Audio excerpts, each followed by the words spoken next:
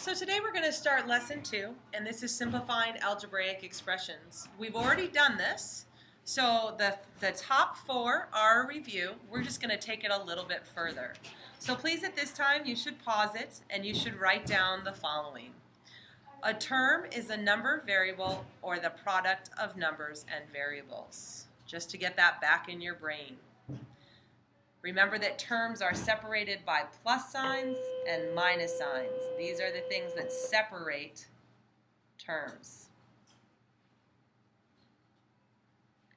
The coefficient is the number in front of the variable.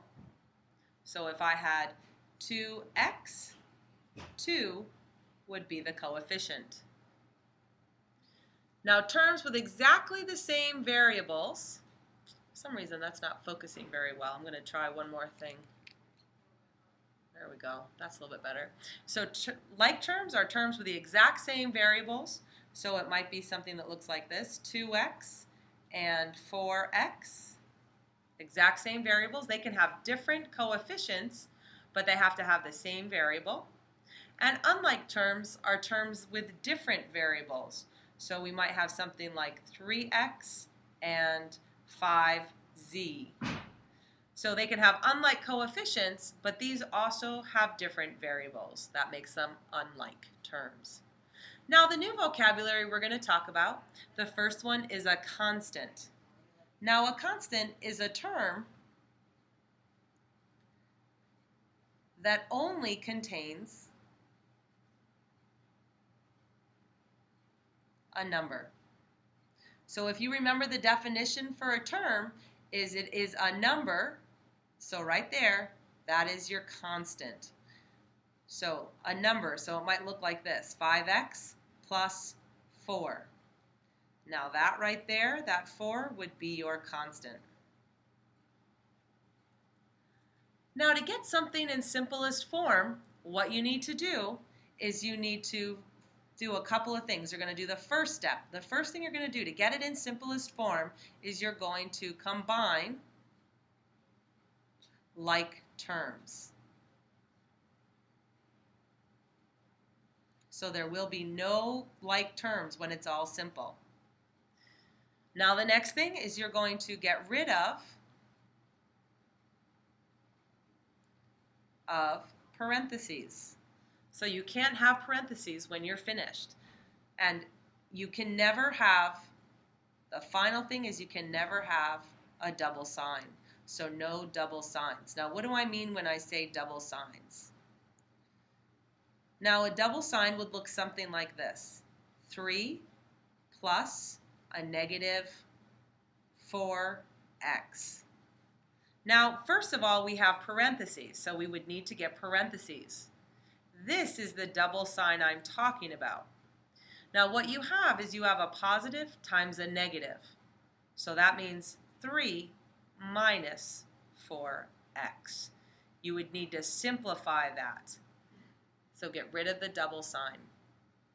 Now the final thing is simplifying an expression.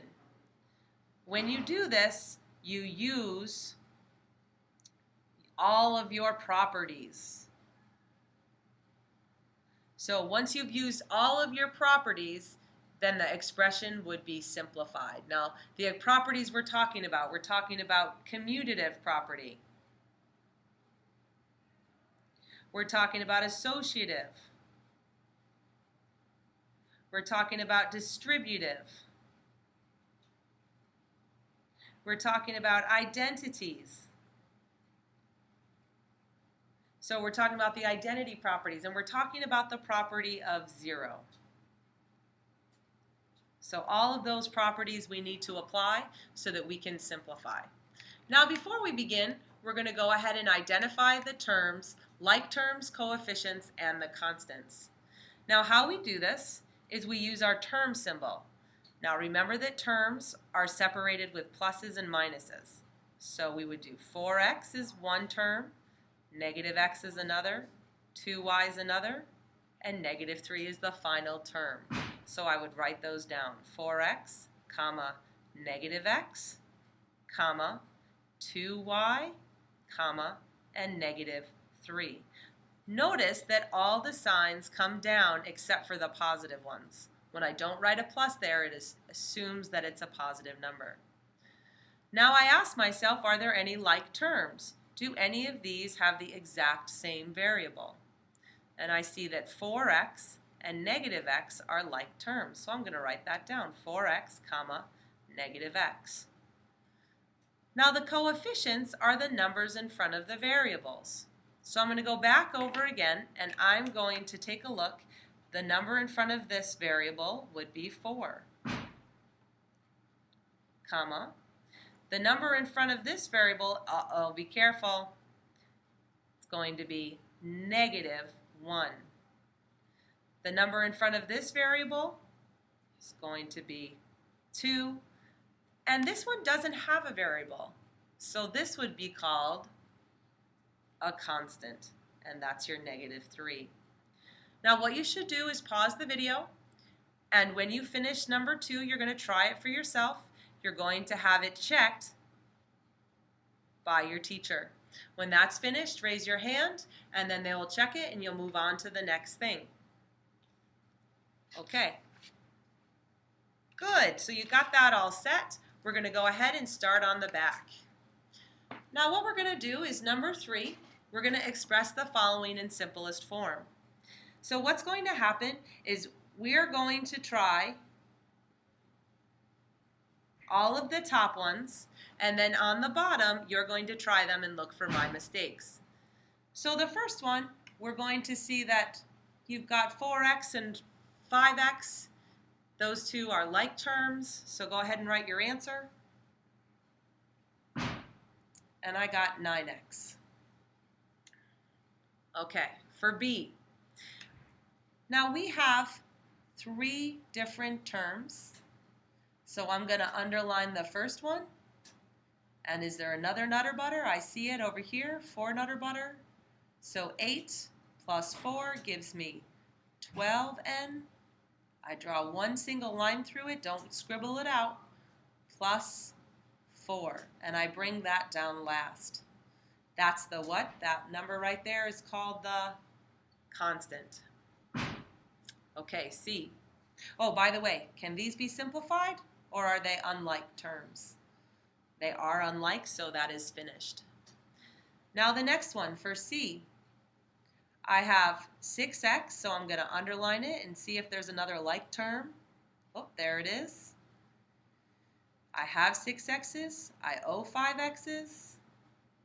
That means I have 1x. Now I'm going to cross those off with one single line through it so I can still see what's written. And I have 4. I owe 7. That means I owe 3. Now this is not simplified. They are unlike, so they can't be combined, but that one causes a problem.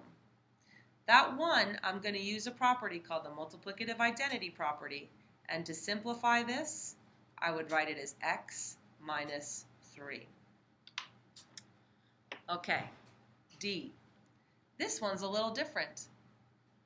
I have this negative y here, which is great, and I want to combine it with this y, but this is all in parentheses.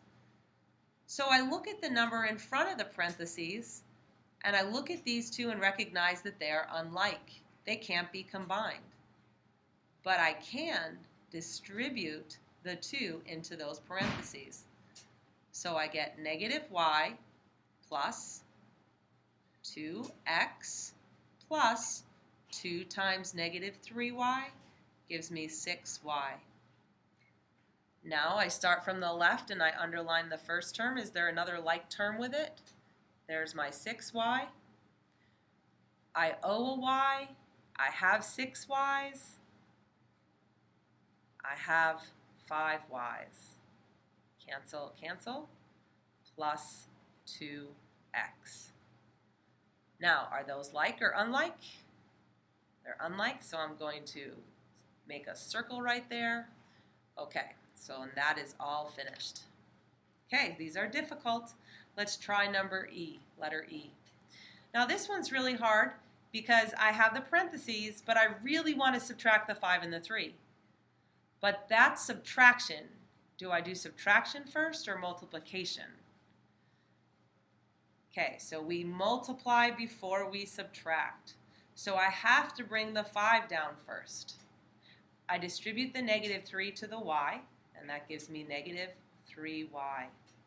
I distribute the negative 3 to the 7, and that gives me negative 21. Now, I underline the first term. Are there any like terms, any more constants in this problem? There it is. So I do that subtraction. That gives me negative 16 minus, bring that right down, minus 3y. And I cover up. I circle my answer there. Okay, let's do it again. An f, do I do subtraction first or multiplication? I'm going to multiply first. So I'm going to bring down the 2. I bring negative 4 times 5d gives me negative 20d.